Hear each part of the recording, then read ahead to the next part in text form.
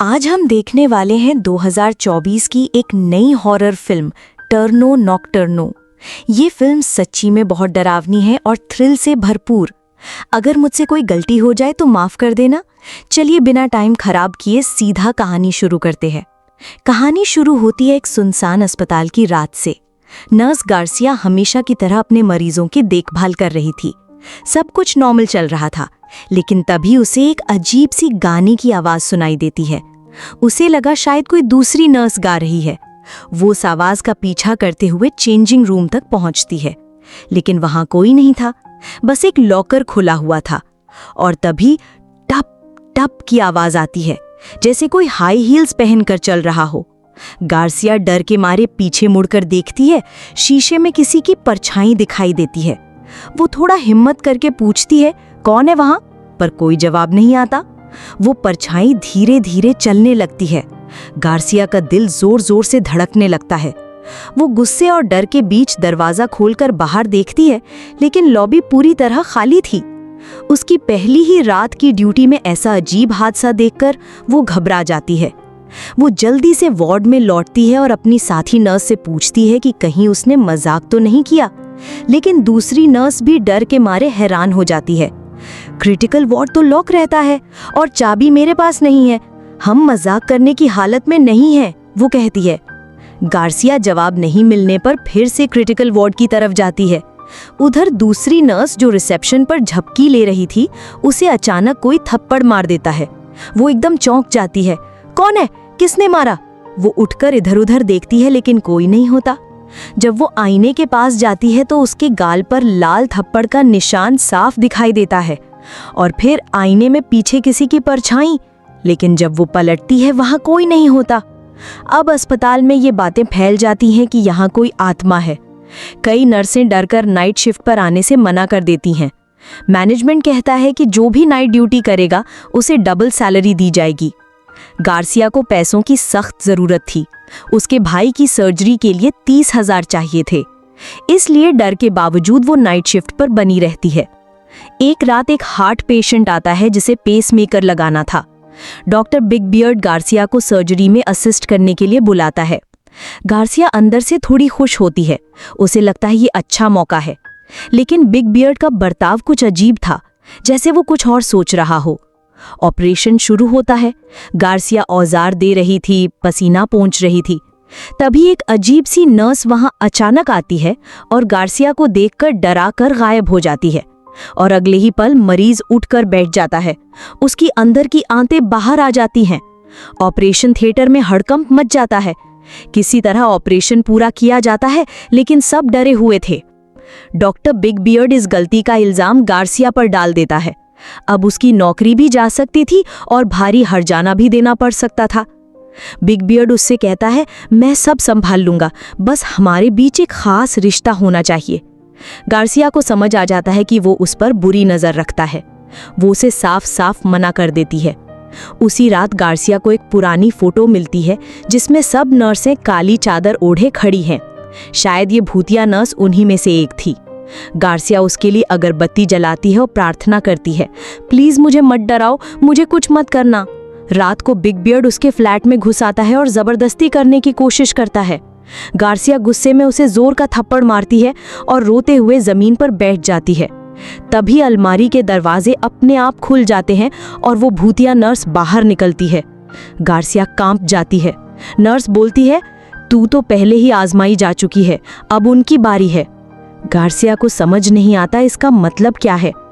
Big beard अब भी उसे परेशान करता है और डर धमकाकर रात की ड्यूटी पर भेजने लगता है। एक दिन अस्पताल में एक एक्सीडेंट में घायल लड़की आती है, बहुत खूबसूरत। बिग बियर्ड उस पर भी लाइन मारने लगता है। गार्सिया ये सब देखती है पर कुछ बोल नहीं पाती। तभी उसे फिर से एक कमरे से आवाज आती है, जैसे कोई उसे बुला रहा हो। वो डरते हुए वहां जाती है। फिर से वही हाई हील्स की आवाज। गार्सिया का दिल फिर जोर से धड़कने लगता है। वो भागने लगती है और तभी वो भूतिया नर्स सामने आ जाती है। इस बार उसका नकाब उतर चुका था और उसका चेहरा बहुत डरावना था। गार्सिया एक पल में चौंक जाती है और फिर खुद को नॉर्मल दुनिया में पाती है। वो रो रही होती है। सब उसे घेर लेते हैं, पूछते हैं क्या हुआ, पर अब खुद गार्सिया भी कंफ्यूज थी कि क्या ये सब सपना था लेकिन इतना रियल क्यों लगा? काम खत्म करके जैसे ही गार्सिया फिर से अपनी ड्यूटी पर लौटी, उसे बिल्कुल अंदाजा नहीं था कि जो भूतिया नर्स बार बार उसे दिख रही थी वो दरअसल उसे उसके बीते हुए डरावने अतीत की याद दिला रही थी। इसी बीच उसे फिर से मरीजों के कमरे से अजीब सी आवाज़ें सुनाई दी, कुछ कराहने, कुछ खुरचने जैसी। वो थोड़ी देर वहीं खड़ी रही, डर लग रहा था, लेकिन फिर हिम्मत करके उसने पर्दा उठाया। अंदर वही कार एक्सीडेंट वाली लड़की थी, लेकिन उसका चेहरा अब और भी भयानक दिख रहा था। उसने अपनी ही शक्ल को बुरी तरह फाड़ दिया था, आंखों में गुस्सा, चेहरे पर पागलपन। ये सब देखकर गार्सिया के रोंगटे खड़े हो गए। इस घटना के बाद पुलिस भी जांच के लिए आई, लेकिन उन्हें कुछ समझ नहीं आया। बस एक पुलिस अफसर को अस्पताल में तैनात कर दिया गया। इधर गार्सिया को एक बहुत ही अजीब सुराग मिला। जब वो चेंजिंग रूम में गई तो एक लॉकर खुला हुआ था। उसमें कुछ ऐसा था जिसे देखकर उसके हाथ कांप गए।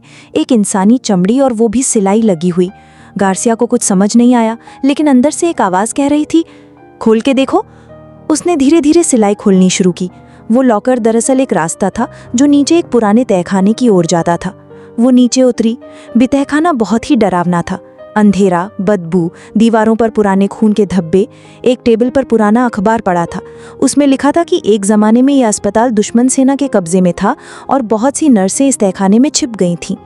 तभी वहां से किसी के सिसकने की आवाज़ आई। गार्सिया जैसे ही पलटी, सामने वही भूतिया नर्स खड़ी थी, वही जो फोटो में थी। अब गार्सिया को सब समझ आने लगा। वो नर्स किसी हादसे की नहीं बल्कि बर्बरता और दर्द की शिकार थी। उसकी आत्मा शांति में नहीं थी। गार्सिया ने कांपती आवाज़ में पूछा, मैं तुम्हारी कैसे मदद कर सकती हूँ? लेकिन नर्स कुछ नहीं बोली। असल में जब दुश्मनों ने अस्पताल पर कब्जा किया था तब उन्होंने यहाँ बहुत ही खौफनाक प्रयोग किए थे। इन सब में सबसे गिरी हुई बात ये थी कि अस्पताल का डायरेक्टर और डॉक्टर खुद दुश्मनों के साथ मिल गए थे। नर्सें, जिनमें से एक ही आत्मा थी, जिंदा जला दी गई थीं, काटी गई थीं और उन्हें इंसान समझा ही नहीं गया था। अचानक भूतिया नर्स ने अपने चेहरे से मास्क हटाया। उसका चेहरा झुलसा हुआ था। वो अपने होठों पर गर्म इस्त्री से जलाना शुरू कर देती है और फिर वो इस्त्री लेकर गार्सिया पर हमला करती है। उसका गर्म लोहा चेहरे के पास आते ही गार्सिया चीख पड़ती है। उसी वक्त पास ही ड्यूटी पर तैनात पुलिस वाला गाने की आवाज़ सुनकर जागता है। वो बाहर देखता है, गार्सिया चलती हुई दिखती है, लेकिन उसकी चाल अजीब थी। वो जैसे ही स्ट्रेचर की ओर बढ़ता है, स्ट्रेचर खुद ब खुद चलकर उसके पास आ जाता है। वो थोड़ा घबरा जाता है, दरवाज़ा खोलता है। अंदर एक खून से सना सर्जिकल चाकू होता है। अब पुलिस वाला सतर्क हो गया।